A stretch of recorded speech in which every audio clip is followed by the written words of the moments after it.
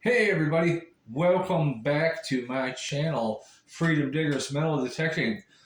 So I was planning on making an outdoor video today, and then it started raining like mad. So I wanted to put out some content because there's been gaps in, the time between I've been releasing videos that are a little bit long for my liking. So kind of came up with this one on the fly.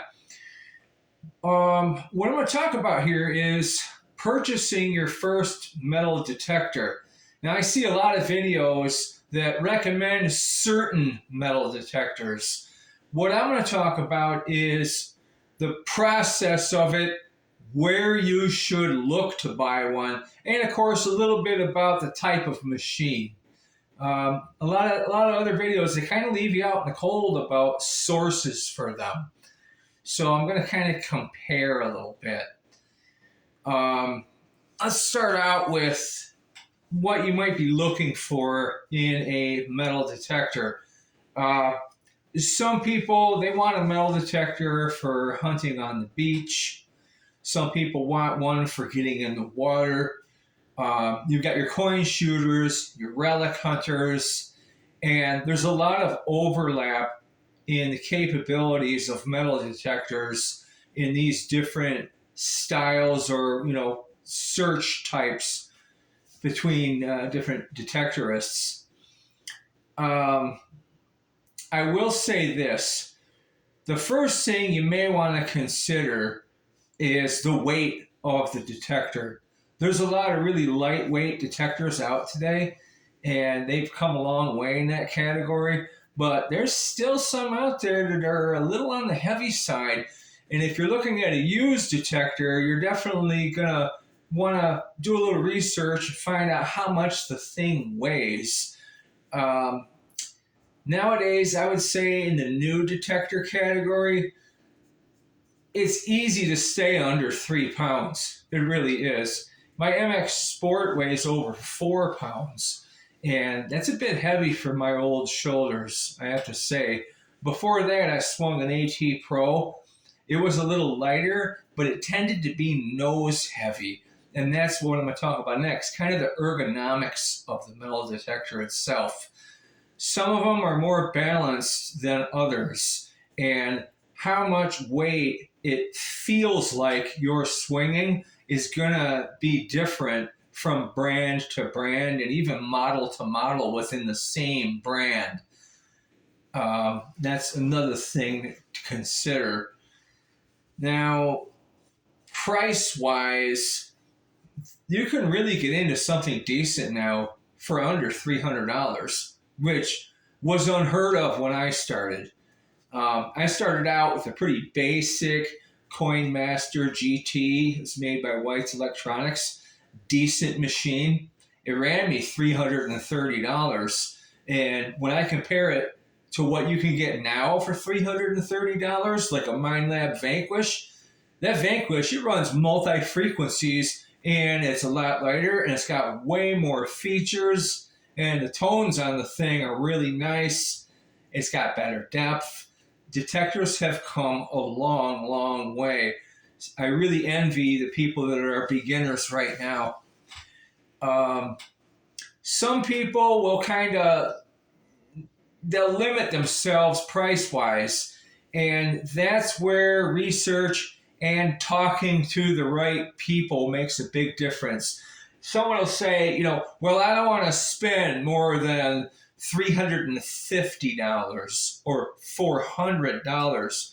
Well, for $100 more, you can get into something that's way better. So it's kind of a lot of times there's a fine line between your limit and how much you're limiting yourself. But for a beginner, you don't want to get into anything really crazy with a ton of features on it. It's going to frustrate you. I really don't recommend the high end stuff that's like, $1,400 and up, like some of the XP Deuses, the MindLab CTX 3030. Now, Macro just came out with something called the Legend. I hear that's a little more user friendly. It does have its issues, though, and that's kind of something that I'm going to segue into here. A lot of people like to go for the latest, newest, greatest machine on the market, and they're just like cars in the aspect of when a manufacturer releases a new one, a lot of times they don't have all the bugs worked out. It's good to wait a while if you're looking to get the newest machine out there. Like, let's say you're someone that's been at it for a while and you're looking to upgrade, and you're like, ooh, they just came out with this new one. I'm going to jump on the bandwagon and buy that. I've seen it happen where people do that, and then they find out that there are some flaws in the manufacturing process or in the materials that were used, and they end up having to send the thing back. That actually happened with me with my MX Sport. They had an issue with the plastic around the screen cracking, and it turned out to be it was an inferior manufacturing process than the actual plastics. It was a supplier problem, not a problem with White's Electronics. I had to send it back, and they actually sent me an entire brand new machine. I already had almost a year of use on it. I kind of miss service like that. And that's where we're going to segue into the next thing. Service. When you buy a metal detector, you're buying an expensive piece of electronic equipment. And where you buy it from can make all the difference. So, where do most people buy their metal detectors? I see it all the time. They go on Amazon. And yeah, you're going to see some deals that look pretty good on Amazon, right? But there's a couple problems with that. First off, the price Amazon is advertising, that is the manufacturer's suggested retail price for that metal detector. And it might look like a great deal to you. You might think, holy smokes. And a lot of times they throw in all this extra stuff. They got this little booklet, and they got this neato little plastic dating shovel that's going to break the first time you use it. And, a little carrying bag. And they might even say that, oh yeah, and we threw in a coil cover. I got news for you. Coil covers are standard on pretty much every metal detector out there. It's not an extra goodie. But getting back to this price thing, so you're going to pay that manufacturer's suggested retail price. That's full price. And if you contact a dealer, a regular dealer, not Amazon, you can do a lot better than that. They have prices that they're allowed to offer people, and that is called the MAP price. That's the manufacturer's approved price. And it can be a lot lower than what you're seeing online. Another reason why it's good to go to a dealer versus buying it online like Amazon and even some of the well-known detector sites like Calico and Serious Detecting, they're not going to give you these crazy deals. The dealer will either. But another thing you're not going to get from Amazon and a lot of these big online sources is personalized service. Okay? The person on the end of the phone, when you call a lot of these big places, a lot of them don't even own a metal detector. And that's a fact. And it's kind of like, if you wanted to buy a high-performance car, would you talk to the kid in the parking lot at the grocery store pushing shopping carts? No, you're going to want to talk to someone that knows metal detectors. A dealer knows metal detectors. Most of them have been metal detecting for many years. They know from experience what works, what doesn't work, what's going to match your type of, relic hunting or, water hunting or coin shooting. They're going to match you a lot better with a metal detector that is going to give you success and make it easier for you to understand the detector as well. They're not going to put you in something that's out of your league, out of your price range, or try to sell you something they're going to get like the most profit from. At least a good dealer. There are some bad ones out there. I've come in contact with them myself, and I'm not going to name names, but I will say that with a dealer, another thing, you're going to get service after the sale. If you buy a metal detector on Amazon, okay, let's say you buy a brand new MindLab Vanquish 540, great detector for the money, and you get out in the field and you can't figure out how to set this thing up. Are you going to be able to call Amazon for advice? No. But if you were working with a reputable dealer, you're going to be able to call that dealer up, and they're going to tell you, well, yeah, you need to go into the discrimination settings and take out, the pull tabs or whatever they're going to tell you. If the machine's acting funny, they're going to be able to walk you through some procedures to check it out, to make sure that it's not just a mistake that was made in assembly, or maybe you got some bad batteries in it. You want to work with someone with experience. When it comes to that, I like to use Heath Jones with History Seekers metal detectors. That's these guys right here, History Seekers. He's been at it for over 30 years. He has a YouTube channel. He has, like thousands of followers on Facebook. He's in the hobby. And that's another guide to selecting a dealer. Okay, we're going to narrow this down. So I've told you about how staying away from the online sources for various reasons. Now I'm going to show you how to narrow down a good dealer. If you're looking at a dealer, you want to see who's active in the hobby.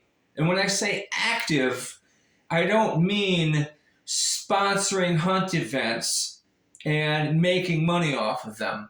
I mean someone who's out there. There's videos of them popping up, of them out there in the field using metal detectors, recovering targets. There's evidence that they're actually doing what they're selling. I call Heath the dealer that digs. And I've actually gone and dug with him. Not a lot of dealers will do that with their customers.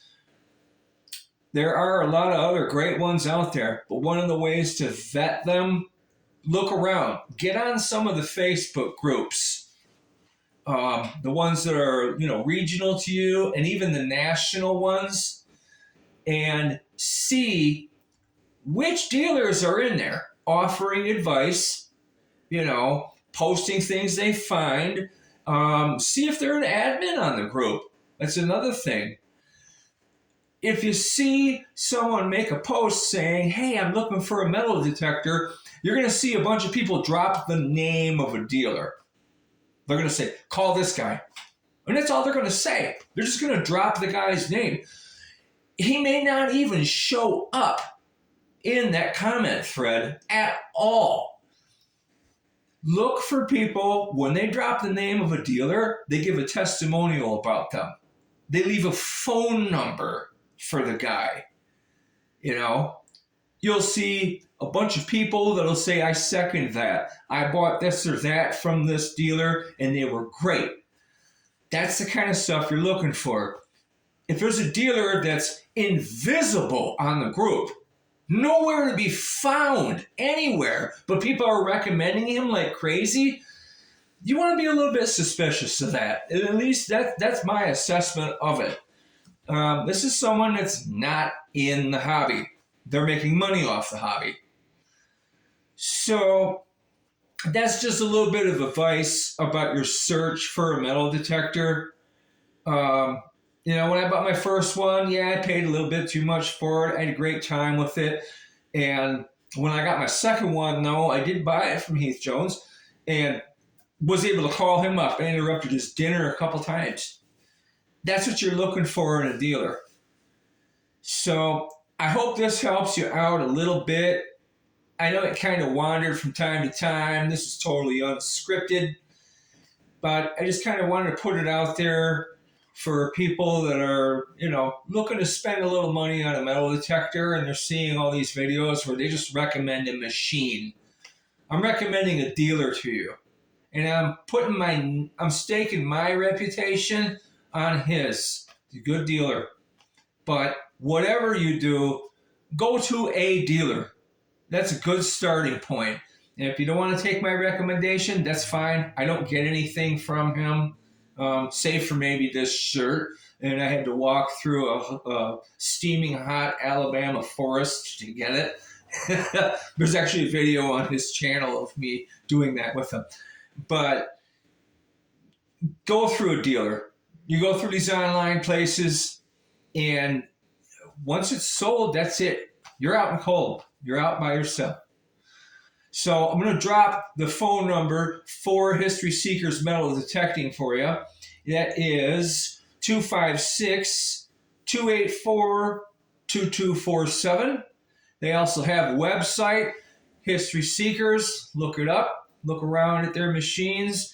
And be sure to call Heath to get the best prices. All right? Until next time, keep it dig for your die and no permits needed. We'll see you again soon. Thanks a lot.